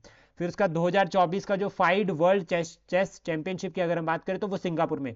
तो ईयर भी पूछा जा सकता है कहाँ पर हुई, क्योंकि डी गुकेश बने हैं, तो ये बहुत ज़्यादा इंपॉर्टेंट है, वेरी वेरी इंपॉर्टेंट। और ऐसा करना, इसको अपने सामने जहाँ पर आप पढ़ते हो वहाँ चिपका देना, 4-5 बार पढ़ लेना तो याद रह जाएगा। फाइड की अगर हम बात करें तो ये शुरुआत हो रखी है इसकी 1999 में, ठीक है। और जो आपकी ये इंटरनेशनल ओलंपिक कमेटी है ये बन रखी है आपकी पेरिस में 1924, काफ़ी इंपॉर्टेंट रहेगा, ठीक है, ध्यान रखना। फाइट बन रखा है यानी कि आपका ये जो है 1994 में, ठीक 1999। देन उसके बाद डिजीज एक्स, ये डिजीज का नाम ही रखा गया एक्स। इसके आउटब्रेक अभी 2024 दिसंबर में देखी गई है डेमोक्रेटिक रिपब्लिक ऑफ कोंगो में, जहां पर जो है वो 400 से ऊपर डेथ हो चुकी है अभी तक। और इस डिजीज का नाम डिजीज एक्स इसलिए रखा गया है क्योंकि एक ये हाइपोथेटिकल टर्म है। इसकी हाइपोथेटिकल टर्म की अगर हम बात करें तो WHO ने जो है वो 2018 में सबसे पहले डिजीज को जो है वो नोट किया था, लेकिन अभी इसका पैथोजन किसकी वजह से हो रही है ये क्लियर नहीं है, तो इसलिए इसका नाम डिजीज एक्स रखा गया है। तो हमें याद रखना है कि डिजीज एक्स की जो आउटब्रेक है वो रिपब्लिक ऑफ कोंगो में जो है रिसेंटली देखी गई है। इसमें जो है वो आपका मोर्टेलिटी रेट वो काफ़ी ज़्यादा है। देन उसके बाद नेक्स्ट टॉपिक है international solar alliance. International solar alliance की अगर हम बात करें तो मोल्डोवा ने जो है वो ऑफिशियली क्या किया है, अभी इंटरनेशनल सोलर अलायंस जो आपका फ्रेमवर्क है उसको साइन किया है। इंटरनेशनल सोलर अलायंस की अगर हम बात करें तो ये 2015 में बनी थी, देखो एक नया ईयर और आ रहा है अभी, और 2017 में जो है वो ये लागू की गई। 2015 में ये बनी थी और 2017 में ये लागू की गई थी। एक अकेली ऐसी इंटरनेशनल ऑर्गेनाइजेशन है जिसका हेडक्वार्टर भारत में है, that is in Gurugram, Haryana में जो है वो इसका हेडक्वार्टर है गुरुग्राम में। और COP21 हुई थी पेरिस में 2015 में। COP21 का मतलब क्या होगा यहाँ पे, UNFCC United nation framework convention on climate change, UNFCCC ये जो है वो आपकी हुई थी COP21 पेरिस में 2015 में, जब जो है वो भारत और फ्रांस ने ये इनिशिएटिव शुरू किया था इंटरनेशनल सोलर अलायंस का। और इसमें अभी कितने मेंबर्स हैं वो आपको मतलब आपको लर्न करके रखना है, काफ़ी इंपॉर्टेंट रहेगा कि इसमें कितने, आई थिंक शायद 105 या 104 मेंबर्स अभी इसमें है। और इंटरनेशनल सोलर अलायंस काफ़ी इंपॉर्टेंट रहता है, ध्यान रखना एग्जाम पॉइंट ऑफ व्यू से भी। प्लस एक पॉइंट और जो यहाँ पर वैसे करंट को डिस्कस कर लेते हैं, यहाँ पर ही बता देता हूँ आपको कि COP29 कहाँ पर हुई है अभी, बाकू अजरबैजान। अजरबैजान, ठीक है। और COP30 कहाँ पर होगी, ब्राजील शायद। हाँ COP30 ब्राज़ील में होगी। और ये COP30 काफ़ी इंपॉर्टेंट है क्योंकि 1992 में जहाँ पर UNFCC बना था ना उस टाइम पे, तो अभी उसके बाद ब्राज़ील में दोबारा समिट होने जा रहा है, तो इसलिए ये इंपॉर्टेंट रहेगा काफ़ी ज़्यादा। और ब्राज़ील में अभी ब्रिक्स का समिट भी हो रखा है G20। 2025 में कहाँ पर होगा ब्रिक्स का समिट, साउथ अफ्रीका में। साउथ अफ्रीका में, बिल्कुल साउथ अफ्रीका में, बहुत सही सर। और उसके बाद साइक्लोन आइए, साइक्लोन चिल्डो, ये साइक्लोन जो है वो आपका अभी अगर हम बात करें तो मेडागास्कर जो आपका मोज़ेम्बिक्यू जो चैनल है यहाँ पर देखा गया है। और यहाँ पे मेयोते एक टेरिटरी है, फ्रेंच की टेरिटरी है ये इंडियन ओशन रीजन में, यहाँ पर जो है वो साइक्लोन का जो है वो प्रभाव देखा गया है। तो सबसे पहले याद रखना कि ये साइक्लोन कहाँ पर आ रखा है, इंडियन ओशन रीजन में। और ये कहा जा रहा है कि ये स्ट्रॉन्गेस्ट साइक्लोन है जिसने हिट किया है मेयोते को लास्ट 90 ईयर्स में, तो इसलिए इंपॉर्टेंट रहता है। और इसका जो नाम रखा वो जिम्बाब्वे ने इसको जो है वो ये नाम दिया है। उसके बाद एक टॉपिक रहता है that is Arctic tundra. Arctic tundra, तो सबसे पहले आर्टिक रीजन इंपॉर्टेंट हो जाता है और दूसरा हो जाता है टुंड्रा रीजन। तो आर्टिक की अगर हम बात करें यहाँ पे उसको भी देखेंगे और आर्टिक टुंड्रा को भी देखेंगे। तो टुंड्रा का मतलब क्या हो गया, देखो आर्टिक में आपको सबसे ऊपर स्नोफॉल देखने को मिलेगा इस तरह से, ये पूरा का पूरा आर्टिक रीजन है, यहाँ पर स्नोफॉल रहेगा। देन उसके बाद आपको इतना नीचे जाकर यहाँ आपको ट्री लाइन देखने को मिलेगी, लेकिन इन दोनों के बीच का जो रीजन होता है उसको टुंड्रा बोलते हैं। यहाँ पर ट्री लाइन नहीं होगी लेकिन ये प्लेन रीजन होता है। अभी ये आपको एक छोटा एग्जांपल समझाता हूँ इसको। आर्टिक में भी जो है वो पहाड़ है बर्फ के, ठीक है, ये बर्फ के पहाड़ हो गए, बर्फ के पहाड़ मतलब ऊंचे पहाड़। देन उसके बाद जो प्लेन रीजन आता है, प्लेन रीजन जो यहाँ पर आता है उसको टुंड्रा कहा जाता है। लेकिन ये प्लेन रीजन कब तक लिंक करेगा यहाँ पर, जब तक ट्री लाइन नहीं आ जाती। तो जहां से ट्री लाइन आनी शुरू होती है, जहां पर ट्री लाइन का बॉर्डर और ये जो प्लेन है माउंटेन की बॉटम से लेकर ट्री लाइन तक जहां से पेड़ शुरू होते हैं, इसके बीच का जो रीजन है इसको टुंड्रा कहा जाता है। और ये ट्री लेस प्लेन है, तो ये इंपॉर्टेंट रहता है याद रखना। और ये न्यूज़ में क्यों है यहाँ पे, तो आर्टिक टुंड्रा के रिगार्डिंग ये कहा जा रहा है कि जितनी कार्बन ये ऑब्जर्व नहीं कर रहे हैं उससे ज़्यादा कार्बन ये एमिट कर रहे हैं, और आर्टिक रिपोर्ट कार्ड में ये मेंशन किया गया है। तो इसके रिगार्डिंग हमारे लिए आर्टिक टुंड्रा इंपॉर्टेंट होता है। इसकी जो है वो फीचर्स क्या है, तो सबसे पहले याद रखना पर्मा फॉरेस्ट। पर्मा फॉरेस्ट का मतलब हो गया परमानेंट फ्रोजन, यहाँ पर आपको सर्दी हो गर्मी हो 12 महीने आपको बर्फ मिलेगी। सॉइल कंपोजिशन कैसी रहती है इस रीजन में, अभी क्या है कि जब यहाँ पर आर्टिक रीजन में देखा जाता है 6 मंथ डे 6 मंथ जो है वो नाइट, तो जब तो 6 महीने दिन होगा तब तो बर्फ थोड़ी पिघलती है, लेकिन कितनी पिघलती है? 8 या 9 सेंटीमीटर तक। 8 या 9 सेंटीमीटर तक पिघलेगी, उससे नीचे धरती की नहीं पिघलती, इतनी ही धरती दिखेगी, उसके नीचे बर्फ ही होगी। पहला पॉइंट तो ये हो गया। सेकंड पॉइंट, जब आपका 6 डेज नाइट है तो आपका स्नोफॉल यहाँ पे रहता है प्रॉपर पूरा। तो जो 6 मंथ्स डे है उस टाइम पे यहाँ पर आपको सिर्फ रॉक्स मिलेगी, न्यूट्रेंट नहीं होते हैं यहाँ पर। और रेंडियर ग्रास देखी जाती है लोअर रीजन में, बहुत कम जो है वो यहाँ पर रेंडियर ग्रास देखी जाती है, इंपॉर्टेंट। देन उसके बाद जियोग्राफिकल लोकेशन की अगर हम बात करें तो नॉर्दर्न मोस्ट रीजन में है, जो हमने बात करी। क्लाइमेट की अगर हम बात करें तो विंटर में तो भाई साहब यहाँ टेम्परेचर -60 डिग्री चल जाता है, हम तो -6 में कांपने लग जाते हैं। सोचो यहाँ -60 है तो कितना टेम्परेचर होगा, फिर यहाँ पे सर्वाइव करना तो बहुत मुश्किल है, लेकिन फिर भी लोग इस रीजन में रहते हैं। रशिया की अगर हम बात करें तो जो नॉर्दर्न रशिया है फिर भी लोग यहाँ पर रहते हैं। ग्रीनलैंड में लोग तब भी यहाँ रहते हैं। जब यहाँ लोग यहाँ रहते हैं तो वो क्या बनाते हैं? इग्लूज बनाते हैं। और जब 6 महीने का दिन होता है तो वो टेंट हाउस में रहते हैं, जब सर्दियाँ आती है तो वो इग्लूज बनाते हैं। और इसके रिगार्डिंग ये भी कहा जाता है कि बर्फ अंदर से गर्म होती है। नेचुरल वेजिटेशन यहाँ पर नहीं मिलेगी, बहुत रेयर मिलेगी, और मिलेगी तो आपको ग्रासेस मिलेगी, और उस ग्रास में सबसे कॉमन रहता है रेंडियर ग्रास। एनिमल लाइफ में यहाँ पर आपको पोलर बियर देखने को मिलेंगे। और कल के लिए आपको एक काम है कि जो पोलर बियर है इसका IUCN स्टेटस आपको पता होना चाहिए क्या है। देन उसका रेंडियर्स आपको यहाँ पर देखने को मिलेंगे। और आर्टिक टुंड्रा में जो है वो कार्बन शिंक। कार्बन शिंक का मतलब क्या हो गया? सिंपल बताता हूँ। कार्बन शिंक मतलब जो कार्बन को ऑब्जर्व करते हैं।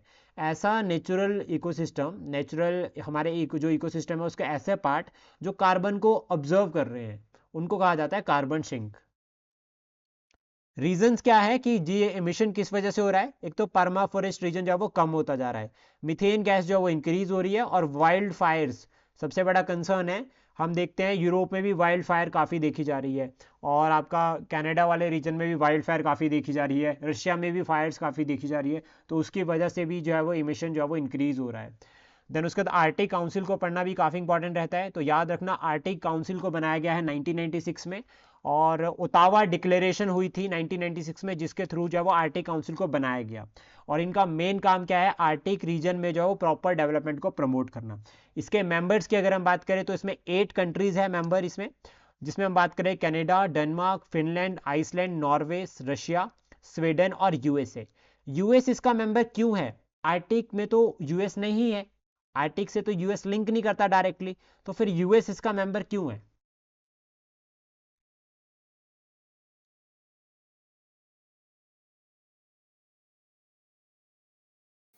अलास्का के कारण से शायद। अलास्का, क्योंकि अलास्का US के कंट्रोल में है, और इस वजह से जो है वो आर्टिक काउंसिल का जो है वो मेंबर है US। तो ये 8 कंट्रीज के नाम भी आपको कल याद होने चाहिए, काफ़ी इंपॉर्टेंट रहेंगे। और इतना ही जो है वो इसके बारे में पढ़ सकते हैं। देन उसके बाद डेज ऑलमोस्ट जितने इंपॉर्टेंट है मैंने सारे PDF में मेंशन कर रखे हैं, ठीक है, इनको लर्न कर लेना। और विद थीम है, जो इंपॉर्टेंट थीम्स है वो भी मैंने यहाँ पर बता रखी है, और काफ़ी इंपॉर्टेंट रहेगा। डेज के रिगार्डिंग एक आधा क्वेश्चन आ सकता है, तो इग्नोर नहीं करेंगे इसको, ठीक है। ऑलमोस्ट क्लास हमारी एंड होती है। किसी का कोई डाउट?